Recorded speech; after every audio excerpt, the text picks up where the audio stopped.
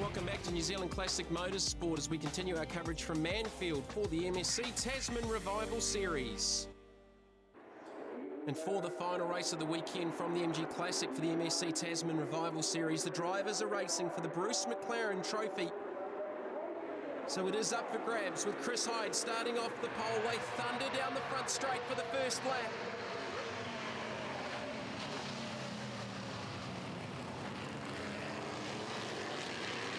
There, Kerry McIntosh in the Berg FM2 as we go on board. With race leader Chris Hyde, he's won 2 out of 2 for the weekend, looking for the clean sweep and the Bruce McLaren Trophy. He has won this event previously. I'm sure he would like to take it back home to Christchurch. Sefton Gibbs slits into the second position. Broke a half shaft in the previous race, so there's been lots of work going on in the pit, getting this car back up and running.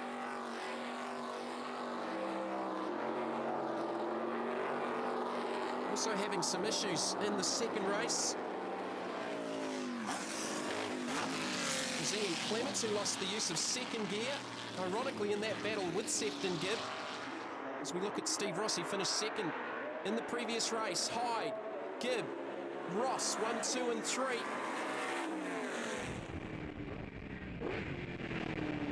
On board now with the third place, Steve Ross.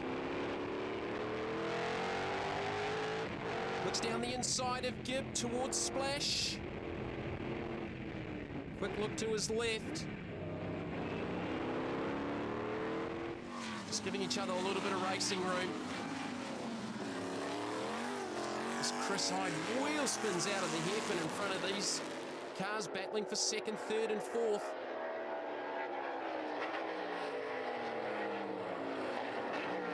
Steve Ross also has an awesome Ford Mustang. It races in the GT classes. Pretty much identical colour to the new McRae GM1 he's racing this weekend. So go back to the 30 of Ian Clements.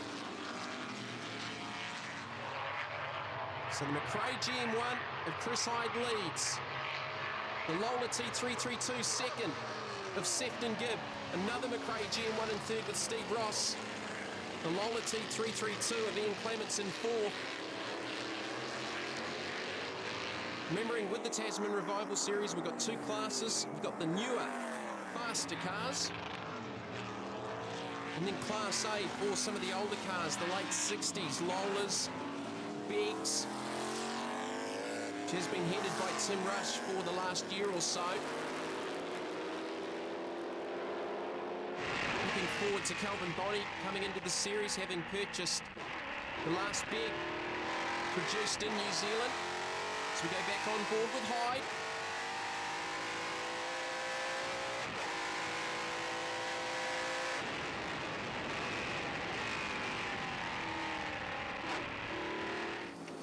Longest race of the weekend at 12 laps. Race 2, which we saw earlier, was 8 laps. So we concentrate now on Brett Willis, running in the 5th position. Turning back to New Zealand's motor racing circuits after about a 10-year layoff. Great to see him back and with a new car in the Tasman Revival Series, a Lola T330. Another beautifully presented car. If you do get the chance to see these cars around New Zealand over the next few months with the Lady Wigram, Bruce McLaren Festival, go and check them out in the pits. They are just absolutely stunning.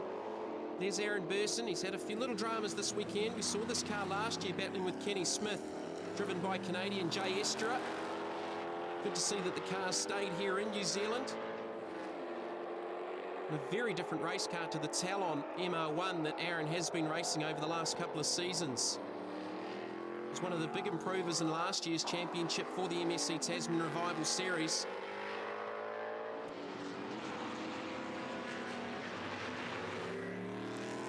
So Aaron running up inside the top 6.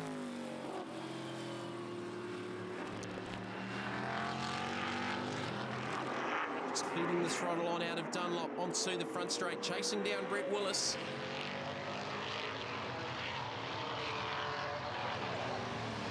In behind Willis will be another McRae GM1. This is Peter Burson.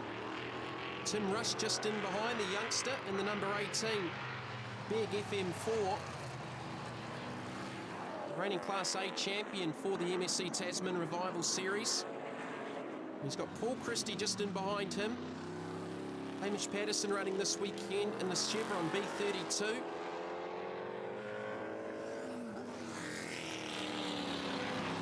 As Peter Burson continues on in the number 51 machine. Here's Rush following him through. So Rush keeping Burson honest here. Just outside of the top 6. So with the Bruce McLaren Festival coming up in January, close to 50 of these wonderful machines are expected at Hampton Downs and Pukekohe over 2 consecutive weekends. And again, these cars will be one of the stars at the Australian Formula One Grand Prix early in the new year, with huge fields expected in Melbourne. Tim Rush going to make the pass here on Burson. Not quite, just tried to sneak it down the inside through one. 1970 Big FM4, the Bigs locally produced here in New Zealand, like the McRaes. Down in the deep south in Invercargill.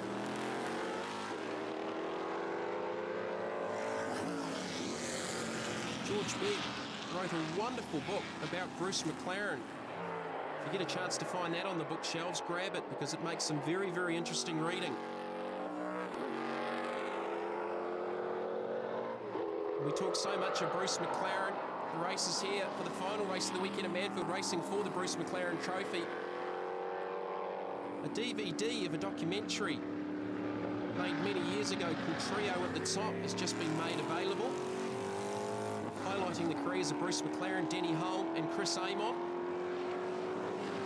So there's lots to see and catch up with. This is the 47 of Paul Christie, one of the stalwarts in Class A, running the Lola T190, built in 1969.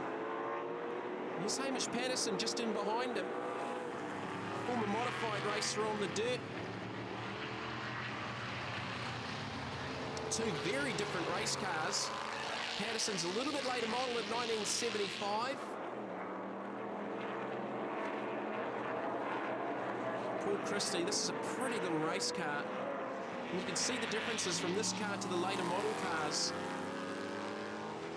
Here's Patterson in the unique Chevron B32. Thundering down the appropriately named Denny Holmes Straight. McKinley's got problems here in the 35, so a sad end to his weekend. He's had a pretty strong run over the first 2 races,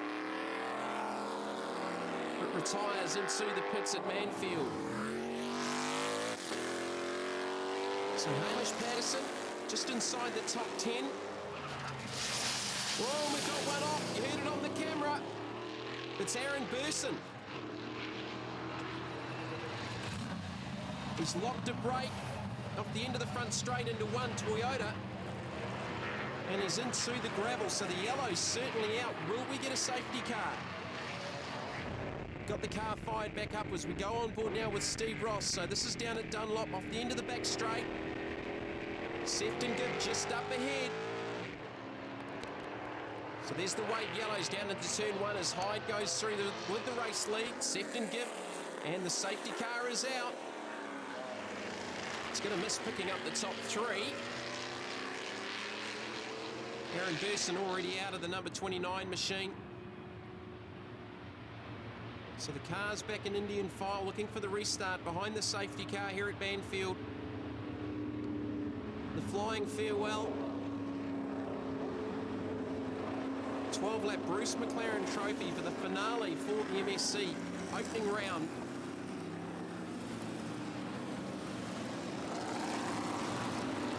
Certainly one of the star classes of the weekend, one of the star classes in New Zealand motorsport, full stop.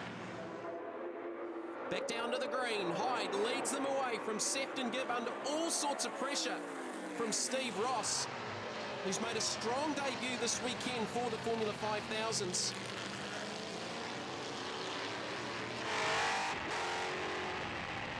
Left-hand side of your screen on board with race leader Hyde. Right-hand side of your screen, third place Steve Ross.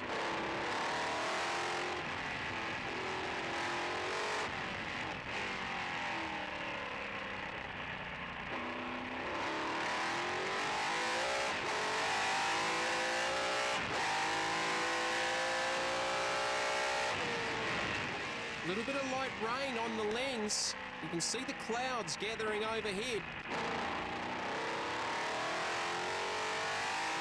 Very experienced Chris Hyde. He's done a lot of driver training with young racers around New Zealand. Steve Ross is the man to watch here, applying all sorts of pressure to the back of Sefton Gibb. As the last lap board goes out, one more lap to get around Manfeild. Chris Hyde looking to get back the Bruce McLaren trophy.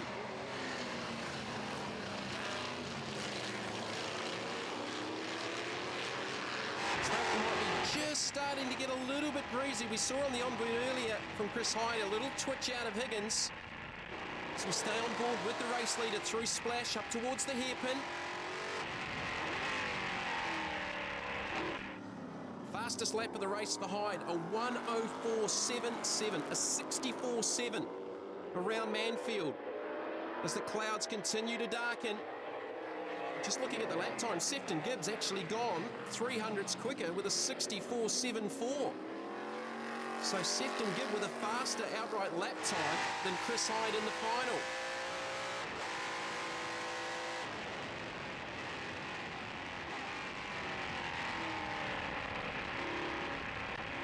So it's Chris Hyde looking for 3 out of 3 for the weekend from the MG Classic. The checkered flag flies for the opening round of the MSC Tasman Revival Series. Sefton Gibb second, Steve Ross third, Ian Clements closely following in fourth, with Brett Willis in the 5th position. So it's Hyde 3 out of 3 from Sefton Gibb for the Bruce McLaren Trophy. Steve Ross third ahead of Ian Clements, Brett Willis, Tim Rush the leading Class A car ahead of Peter Burson and Paul Christie. Well done. Was that the result you were looking for? Well, to be honest, we didn't even think we were going to be out there, and we had an issue in the last race where we broke an input shaft, and we managed to, with some amazing effort from my crew, to pull it all apart, put a new shaft in, and we were literally still building ourselves in as the race started, so I'm wrapped. It was a great effort by everyone. So was it a bit difficult, the race itself? Yeah, well, it was 12 laps long, so it's, it always sort of it takes its toll on you a little bit more, because 12 laps in one of these things around here it's a lot of hard work. And then right at the end it started raining, plus there was a safety car period as well, and so it was actually an interesting race, but we had a great time. It was good. Wow, probably the best weekend you could hope for.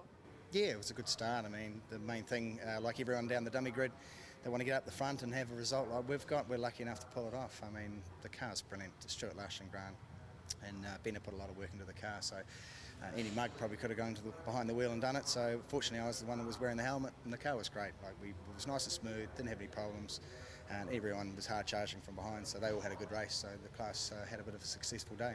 So I suppose you'd be looking for a similar result next round? Yep, hometown, Christchurch at Ruapuna, and I love Ruapuna, so it'll be good. And we'll have Kenny there and Roger Williams and Tony Roberts and a few other boys there, so it'll be a good field. Kenny will give me a hard time as he does, the old fox, and Roger does as well, so it's going to be full on. So heading to the second round of the MSC Tasman Revival Series, Chris Hyde leads on 84, 20 clear of Ian Clements second on 64, Sefton Gibb in third on 58 ahead of Steve Ross, Brett Willis and Peter Burson. So after Manfeild, the teams headed south for round 2 of the MSC Tasman Revival Series at Powerbuilt Tools International Raceway at Ruapuna in Christchurch. Up for grabs was one of the most prestigious races in New Zealand motorsport, the Lady Wigram Trophy.